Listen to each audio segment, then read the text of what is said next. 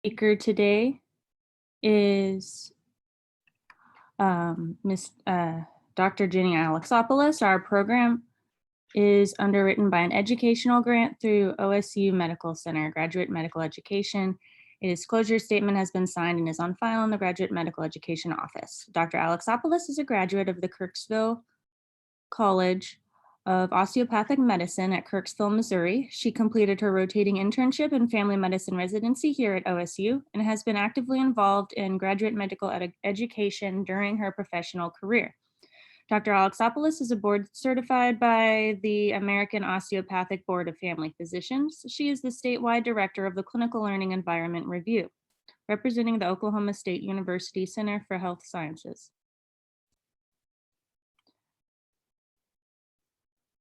And Osteopathic Medical Education Consultorium of Oklahoma. She serves as the OSU Medical Center Family Medicine Residency Site Director and is a professor of family medicine with the Oklahoma State University College of Osteopathic Medicine. Dr. Alexopulos serves as a member of the Oklahoma State Board of Health, representing Ottawa, Delaware, Craig, Mays, Nowata, Rogers, Washington, Tulsa, Pawnee, and Osage counties. Please welcome Dr. Jenny Alexopulos. Thank you, Dr. Ridgway. Well, I appreciate the opportunity to visit with everyone this morning about your training, and alongside your medical training, you will have training opportunities in quality improvement in patient safety. So ACGME has defined this initiative under a topic called CLER. So, and that stands for Clinical Learning Environment Review. So alongside your medical training, you'll have many opportunities to learn about quality improvement and patient safety.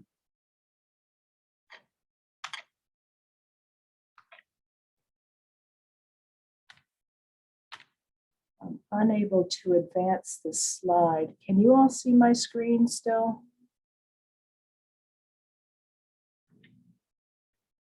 Yes, we can. Okay, here we go. So what is CLER? Our sponsoring institution and the sponsoring institutions within the consortium all have a commitment to developing this culture of patient safety. And it's very important that that moving forward, as you gain your training during your residency, the goal is to prepare each of our residents, once they graduate, to be really integrated into the quality and patient safety efforts of those systems that they will come to work within. So you will be looked upon as thought leaders, as physician thought leaders, in strategizing toward these improvements in quality and patient safety. So what are CLER's goals? Nationally, the efforts are to address the complexity that occurs within a very dynamic healthcare system as it pertains to minimizing errors and improving quality. And then, of course, reducing the healthcare disparities that occur. ACGME through CLER will monitor the sponsoring institution's ability to maintain an effort that promotes these 6 goals, which I will discuss here shortly. And then it really wants the sponsoring institution, the hospital, to really emphasize the importance of quality and patient safety. So they'll be evaluating our institution. We've had one CLER visit that has occurred at St. Francis with the programs of OB and pediatrics.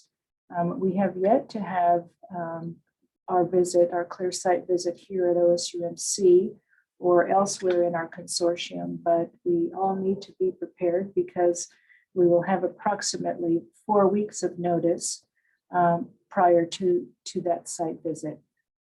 So here are the 6, currently the 6 focus areas that, that you'll be trained in. And of course, one is patient safety. We have healthcare quality, and within healthcare quality, we have healthcare disparities. We also have a focus area called professionalism. And then the clinical learning environment, which encompasses duty hour adherence, fatigue management, and wellness. We have a former focus area known as transitions of care. This has morphed into a focus area known as teaming. And then lastly, we have supervision. So the questions that our site visitors from CLER will ask is, they'll ask us what step our institution is in terms of our quality improvement, patient safety, and how our residents and fellows are integrated into that initiative. They want to know what our infrastructure looks like as it pertains to addressing these 6 focus areas. They want to know just how engaged our GME leadership is. So our GME department and faculty, program directors, and it's not just our GME faculty. It is everyone that works within the bricks and mortar of the institution. It's our nurses, it's our physical therapists, it's our ancillary staff, it's our administrative staff, it's our financial staff, it's everyone that has a touch point with the patient. So they want to know just how engaged our residents are. They want to know how we're monitoring our improvement in terms of gathering data and our improvement year over year. So here's just an example now. We have many hospital systems within our consortium here in Oklahoma. So I'm just going to highlight as an example what we're doing here at OSUMC. So we have our CLER initiative that is set up with a CLER committee. And with each of these focus areas, patient safety, quality improvement, professionalism, well-being, supervision, and teaming, we have a subcommittee chairs. And a subcommittee chair for patient safety is Dr. Erin Lane. For quality improvement, we have 2 co-chairs, Dr. Crystal David and Dr. Kathy Cook. Under professionalism, we have Dr. Christopher Thurman, and I am the subcommittee chair under well-being. Dr. Adam Bradley is the subcommittee chair for supervision, and Dr. Glenda Tiller is the subcommittee chair for teaming. And here are our subcommittee chairs, which you probably will recognize as you move through our hospital system. And every year, the Joint Commission puts together national patient safety goals. And these goals really have not changed much in the last 3 years, but they really focus on all residents and fellows and any person working in the clinical learning environment to really understand what these patient safety goals are. So you may be asked during a site visit to list some of the patient safety goals that are nationally recognized. So as you look through this list, there is, of course, improvement of the safety of medication administration, reduction in the risk of healthcare-associated infections, identifying patients that are at risk for safety events in the hospital, preventing surgical mistakes. Those are just some of those national patient safety goals, but I would advise that you all become quite familiar with these as you move through your training.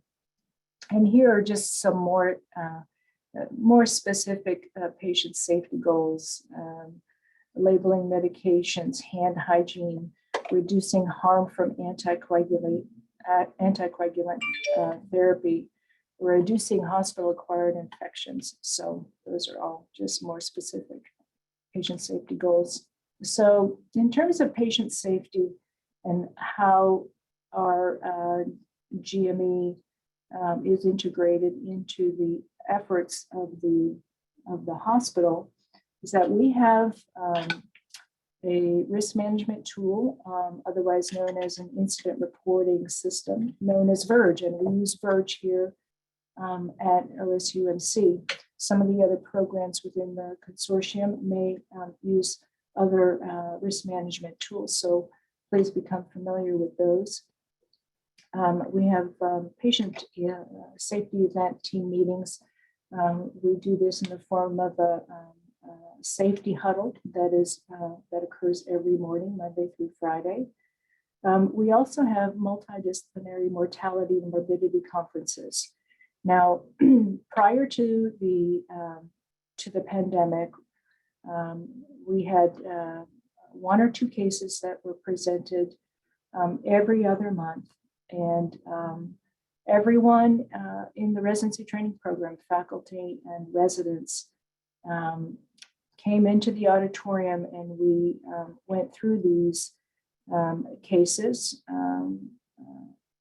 specifically outlining these events and their unfortunate outcomes. And this is for educational purposes. And so we will resume these multidisciplinary mortality and morbidity conferences in August. Okay, so that will occur in August, and we'll get some information out of our office for that date. We also have health streams training. I know all of us have gone through those annual trainings in terms of patient safety. We also, many of our programs are engaged in team care, interdisciplinary rounds. And then we have efforts around documentation improvement, clinical documentation, otherwise known as CDI. So in order to really get an appreciation for adverse events and incidents, I'm certain that over the course of your training, you will have opportunities to identify adverse events, both preventable and non-preventable, and maybe some near misses and some close calls. And so I want you all to be familiar with our incident reporting system and how you access it through the hospital's webpage. You will go to the employee section, and you'll see Ozone there. You go to Ozone, you will click under departments. That will take you to the quality management area, and then you'll hit the risk management incident reporting button. And you can see to the far right of the screen, that is the page that will pop up. So you can enter an incident report under any of these categories, and you can scan them. You can see that there may be an incident with blood products. There could be an issue with a laboratory event. There could be an issue with a radiology. So you can kind of scan through these and determine what event this best falls under.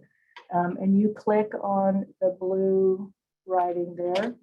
And then it takes about, I would say, 2 minutes, 2 to 3 minutes to enter an event. That event will go to our risk management department and quality improvement department.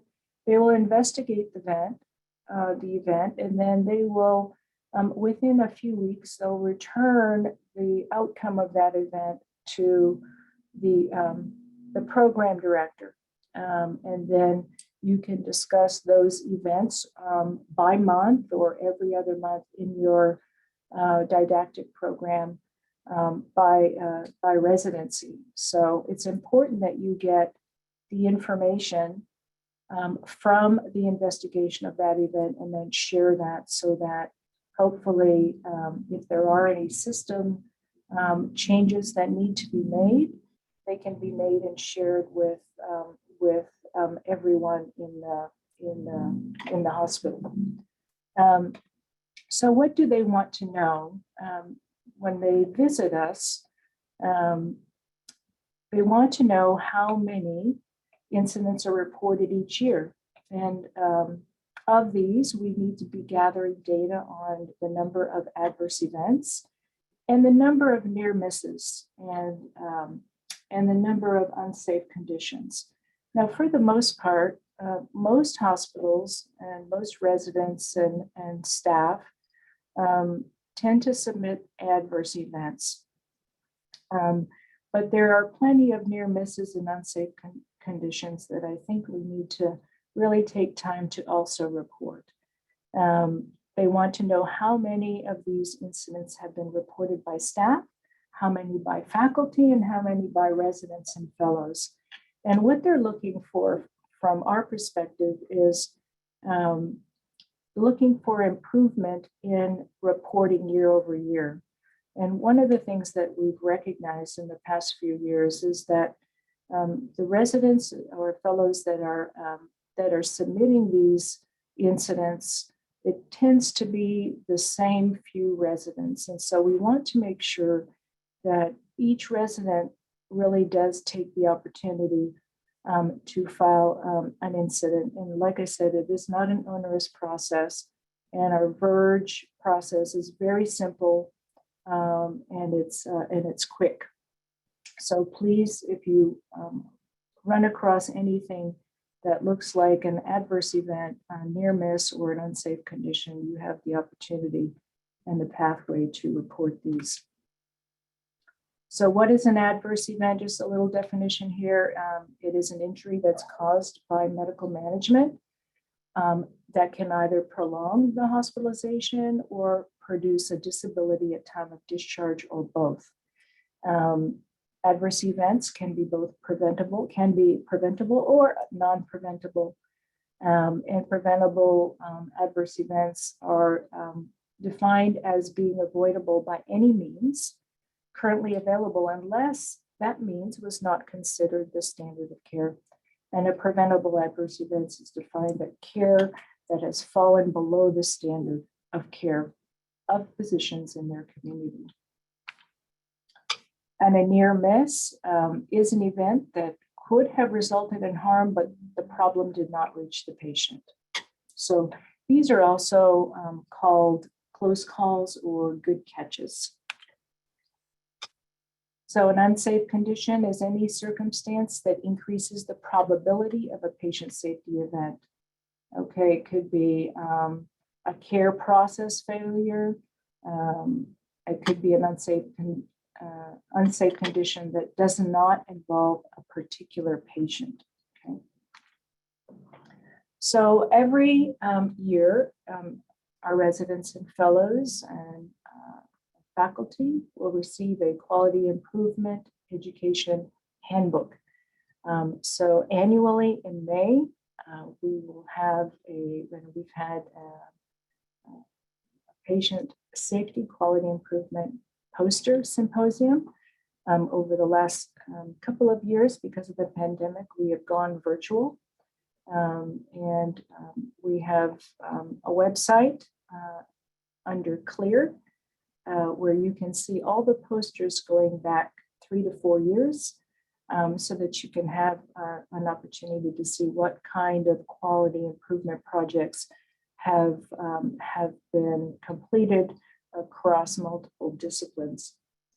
And what's great is that we've had great participation from a number of our consortium sites. So we're very pleased with the quality and the number and the degree of participation programs across our state.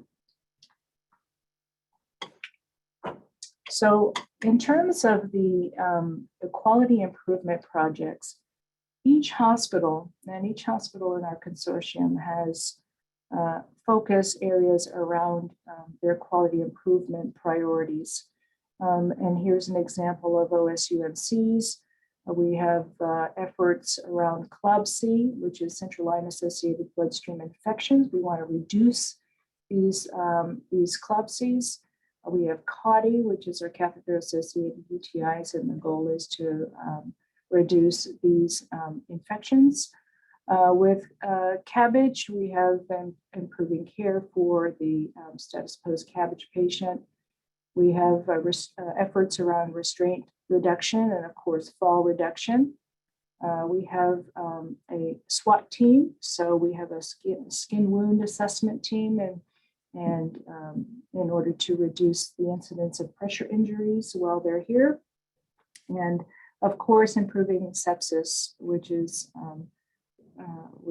always a huge effort. And then up mobility, getting our patients back into motion so that they can graduate from the inpatient setting and move into their outpatient setting with safety. With regard to supervision as a focus area, every 6 months, your program director will get into new innovations and select a privileging category for you based on your particular procedures that are specific to your specialty. Also, you will have an annual resident survey. This goes out from ACGME, and you'll be asked 2 questions about your supervision and the adequacy of your supervision that you have during your training program. So, and this is an annual resident survey. When you finish your program, you will be given an exit survey. And one of the questions on the exit survey is, do you feel that you've demonstrated sufficient competence to enter practice without direct supervision? So yes, we will ask you, or they will ask you, if you've had the opportunity to one, evaluate your supervision, but 2, also ask you, do you feel you have the capability and confidence and competency to function autonomously in your career moving forward. And then lastly, we have a patient orientation packet. The patient orientation packet really does orient the patient to the number and different specialties that may interact with the patient during their hospital stay. So in an academic setting, obviously we have attending physicians, we have residents, fellows, medical students, and most patients in the community really may not have an understanding of the different types of trainees that they'll be seeing during the course of their stay. So we do have a patient orientation packet that explains this to patients, and it's in both Spanish and in English. And that is part of our effort to the community to let them know that our trainees are under attending supervision. And then lastly, with regard to the simulation training, for those of you that haven't been over to our simulation lab across the river, please take that opportunity to do that and take a tour. Many of our programs do use the simulation training lab for in an interdisciplinary fashion, both within and between programs. And so that is also part of the supervision efforts under CLER. So what are the levels of supervision and who should have access to this information? Basically, there are two main categories of supervision. One is the direct supervision. So that's where the supervising physician is actually physically present with the resident and the patient. And then there's indirect supervision, and that's when the supervising physician is physically within the hospital, but not directly with the patient or the resident at that time. However, that attending or that supervising physician can be immediately available to provide that direct supervision. So, or indirect supervision is when the supervising physician is not physically present within the hospital, but they're available by telephonic means or electronic modalities, so that they are able to provide that direct supervision. So two basic areas of supervision, which will be documented in your privileging log in New Innovations. And then I want to talk about one more category, which you might see, and this is called oversight. And typically in this case, the supervising physician is available to provide feedback, but that feedback occurs after the event or care has been delivered to that patient. So it really is a progressive authority that is given to that resident or fellow. And it's a conditional independence. So you might see that we do use that category periodically. There are some programs that use that. But for the most part, you will see direct or indirect supervision in your privileging logs. So who has access to it? Well, our program directors have access. You as a resident or fellow have access. And then our nurses also have access. So if you are doing or requesting to do a procedure at the bedside, and perhaps a nurse is not certain that you're able to perform that procedure at the bedside without direct supervision, they have the ability to access the resident privilege logs. And so they could go to a category of your resident management New Innovations. They have their own username and password.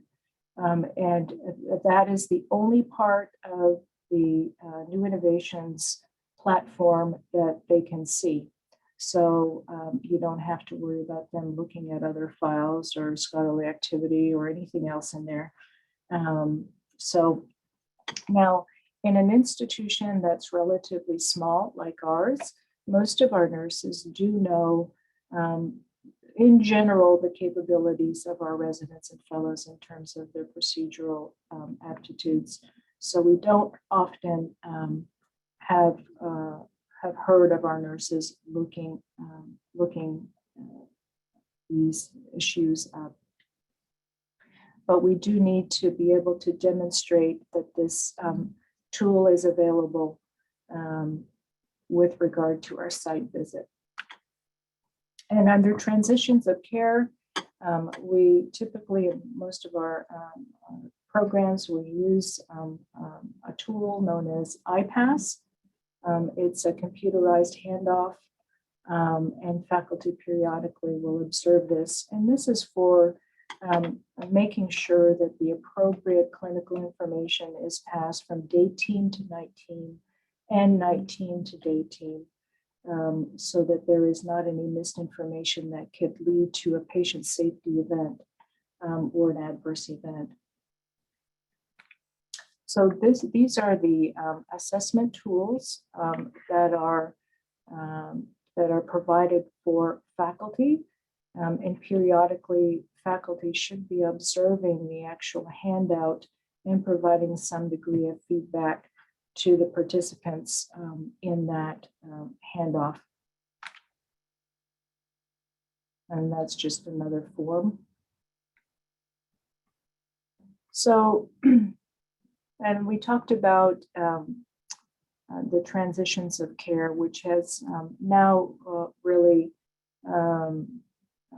morphed into what we call teaming. And teaming really places emphasis on how we can really improve quality patient care and patient safety by promoting some really good interprofessional interaction around the patient.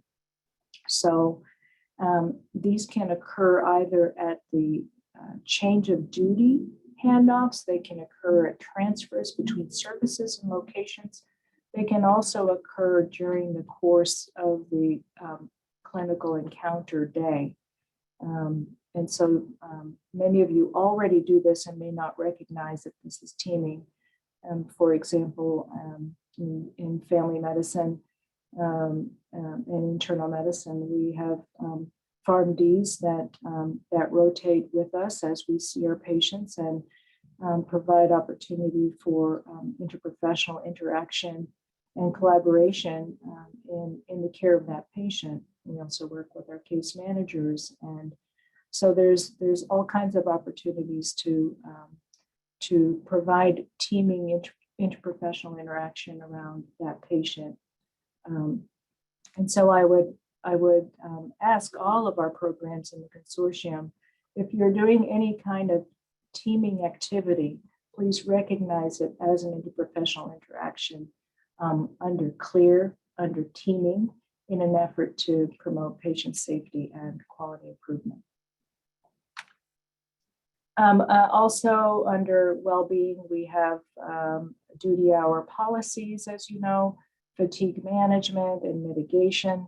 All trainees must log their duty hours, and it's an expectation on our part and ACGMEs that we have 100% compliance with monitoring. We'll have presentations on fatigue and fatigue mitigation. As you know, all of our programs in our consortium have quiet rooms for rest. Annually, all residents and faculty will get a survey on burnout.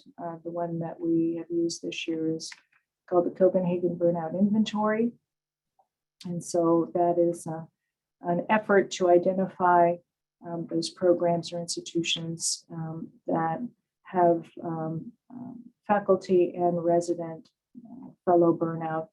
And with this information, our hope is that we can modify the clinical learning environment in order to minimize decreased burnout for your personal well-being and the well-being of our patients.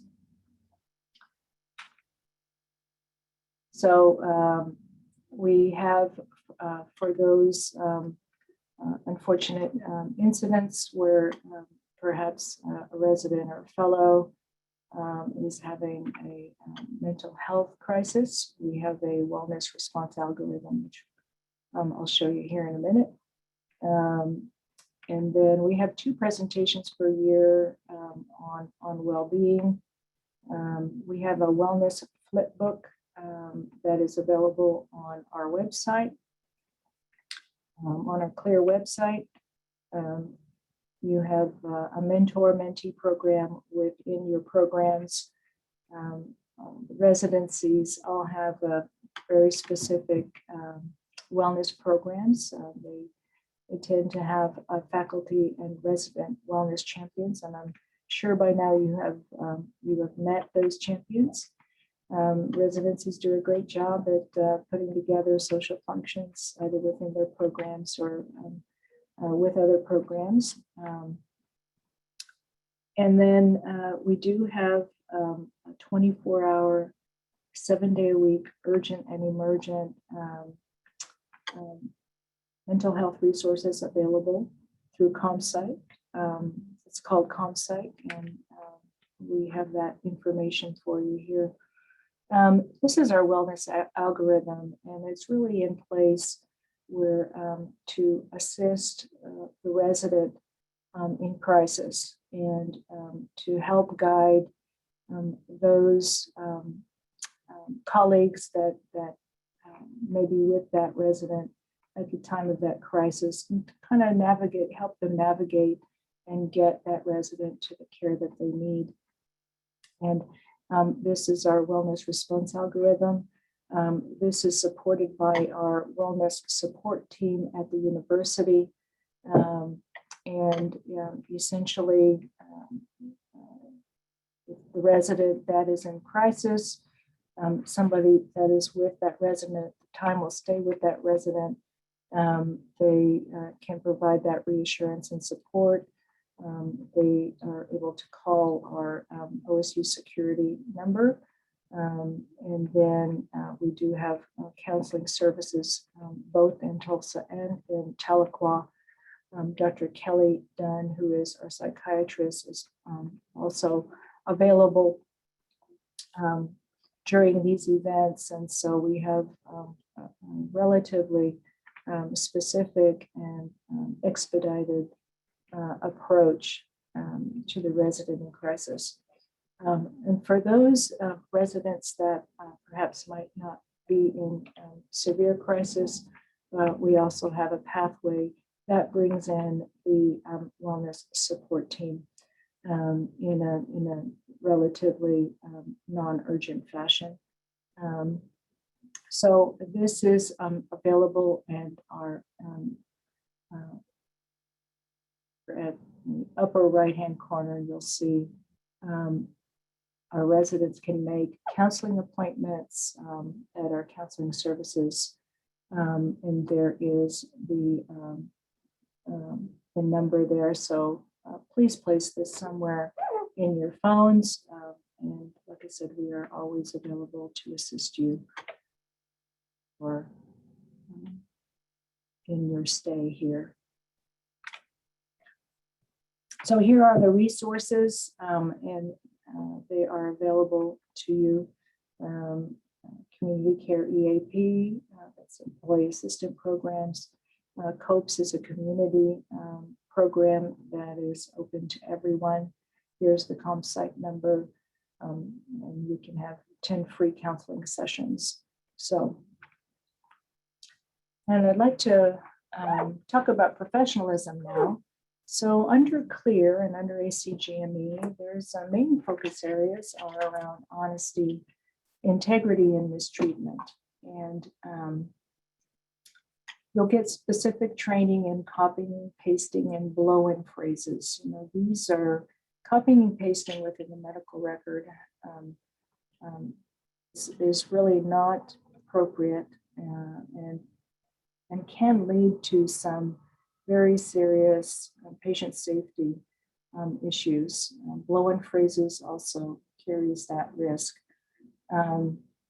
We'll be talking about, of course, your professional code of conduct and the conflict of interest declaration.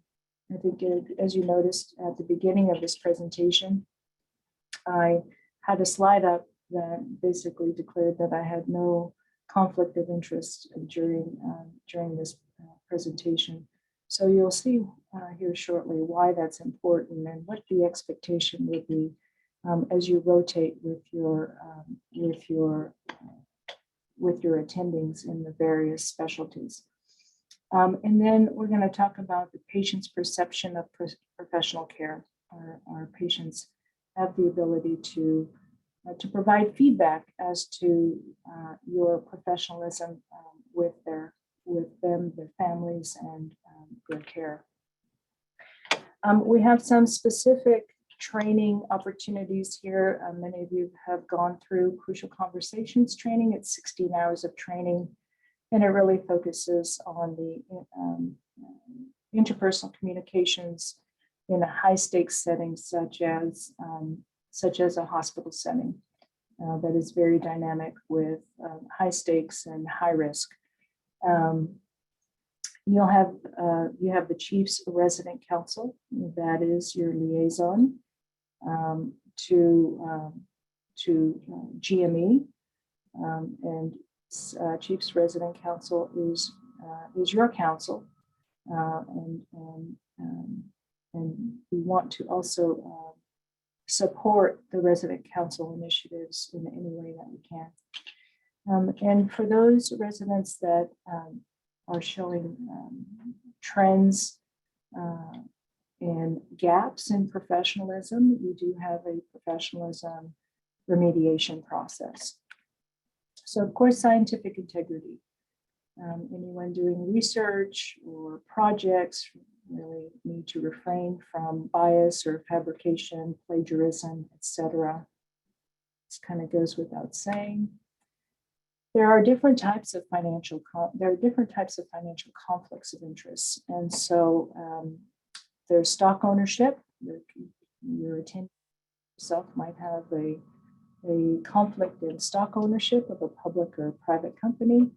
You may be receiving, or your attendant may be receiving payment for services, including consulting work around a particular investment that they have, or they might have intellectual property or rights or royalties. So these are financial conflicts of interest. And if we're rotating with an attending or a group that has an investment in a particular medical device or surgical device, they should be declaring their conflict of interest at the beginning of that rotation, either in writing or verbally. So that is an important consideration. And then, of course, just for sake of clarification, there's also non-financial conflicts of interest. So there could be academic conflicts of interest, there could be conflicts of conscience, or personal conflicts of interest. We talked about the ER copy and paste and patient safety. It's important that that you avoid copying and pasting moving forward in the record day over day.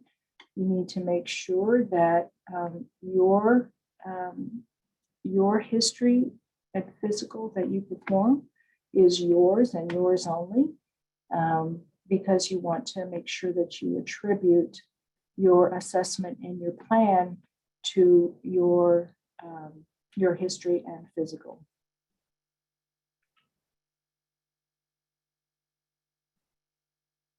So now let's talk about misconduct. There are behaviors that are expected of a medical professional that are reasonable.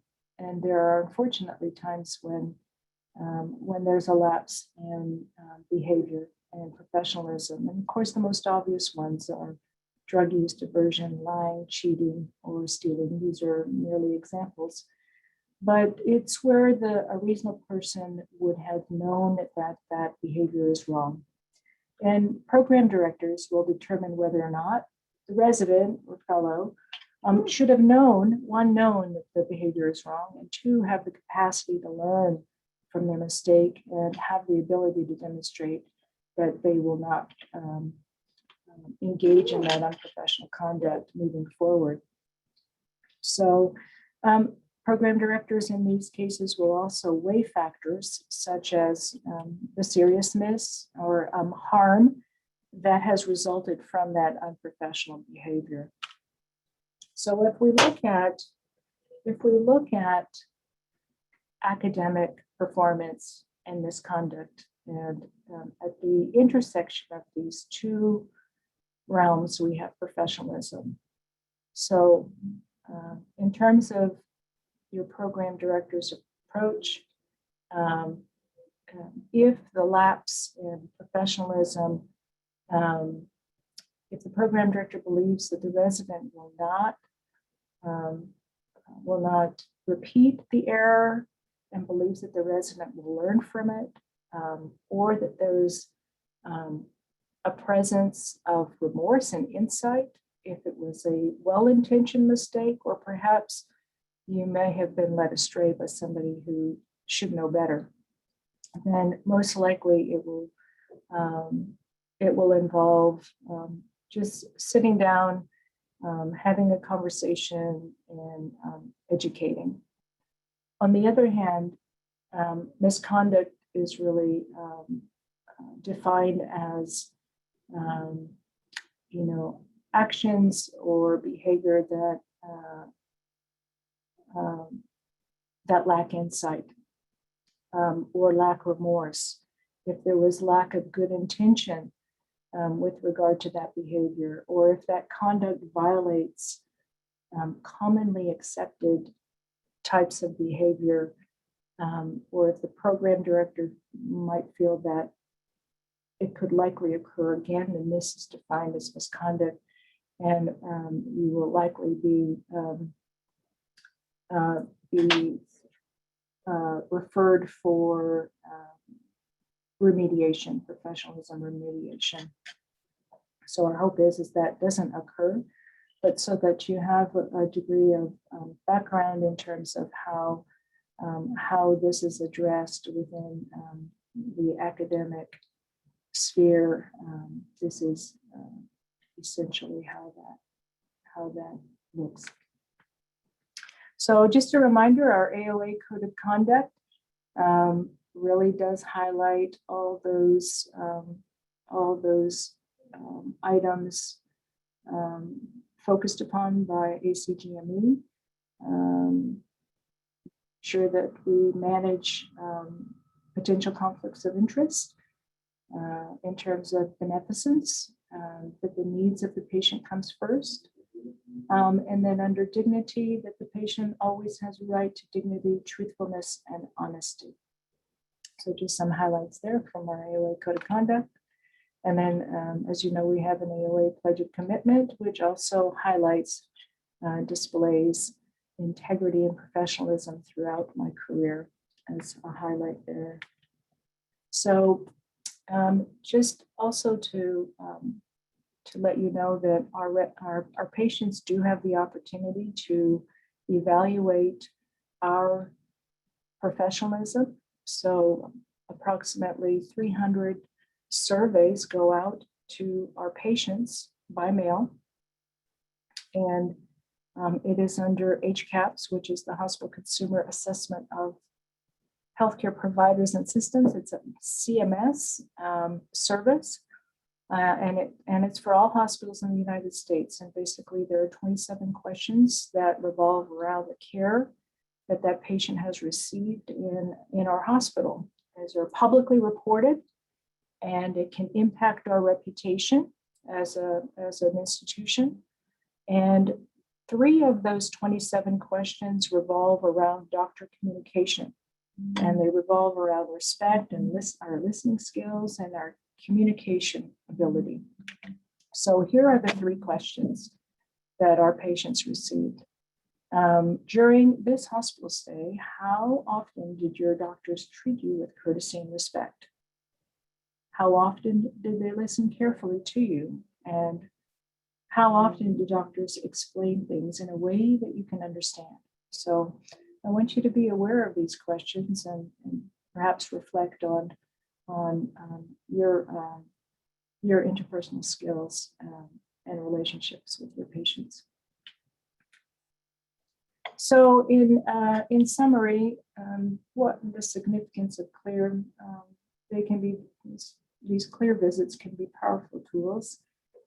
Again, it's to potentiate the collaboration between the sponsoring institution, the hospital, and the GME community. We want to make sure that you are well poised past your graduation and your residencies to be those thought leaders that are not only competent and capable and extraordinary in their medical skills, but also very involved in the quality improvement, patient safety initiatives, because you'll be called upon as physician thought leaders.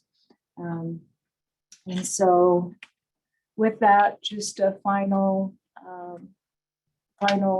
statement. Remember, without safety, there is no quality, and without quality, there is no safety. And without quality and safety, there is little opportunity for improvement in patient care. Here are our contacts. Our CLER team is here in our ACGME office on the 5th floor of the POB. There is my contact information. Lisa Cummins, who you've interacted with, is our CLER manager. Melissa Bailey is our executive assistant here. Here are some references with regard to the CLER Pathways to Excellence under ACGME and CLER. This last website is our link to the CLER website, which has all of the resources, all of our previous videos, slides. We have all of our posters over the last 4 years for our quality improvement patient safety initiative, so that there's a ton of information there. We're always willing to support all of our programs, our residents, fellows, and faculty with any information that they might need. Just reach out to us. That is the end of my presentation, and I would be happy to entertain any questions.